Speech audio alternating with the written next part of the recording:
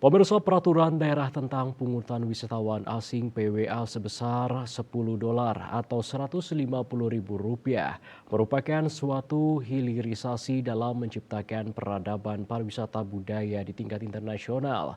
Hal tersebut disampaikan oleh calon DPD RI Dapil Bali, Ida Bagus Rai Dharma Wijaya Mantra.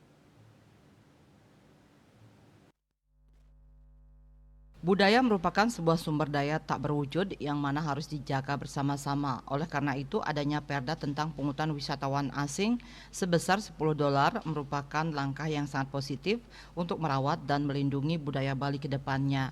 Apabila diasumsikan kunjungan Wisman sebanyak 7 juta pengunjung setiap tahunnya, maka jumlah pendapatan yang diperoleh dari hasil pungutan $10 tersebut menjadi sekitar Rp1 triliun per tahun.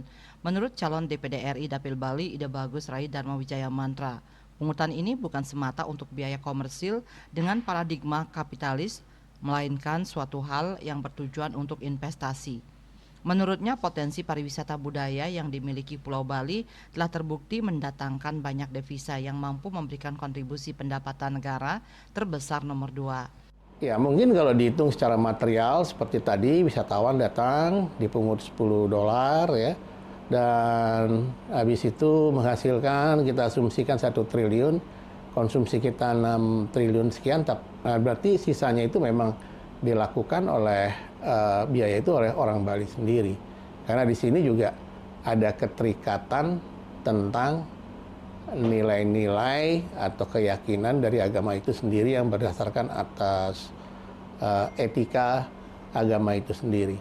Ternyata itu telah terbukti di Bali, pariwisata budaya mendatangkan satu devisa yang cukup besar yang mampu memberikan kontribusi pendapatan negara terbesar nomor 2 setelah migas dan juga batu bara dan lain-lain.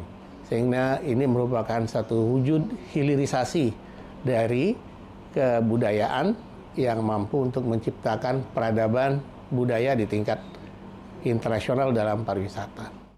Dalam kesempatan tersebut, pihaknya juga berharap pendapatan yang dihasilkan dari pungutan wisatawan asing ini benar-benar berkorelasi terhadap perawatan budaya dan alam Bali. Di samping itu, persoalan sampah dan kemacetan juga menjadi suatu hal yang patut diprioritaskan untuk dicarikan solusinya. Andika, Bali TV.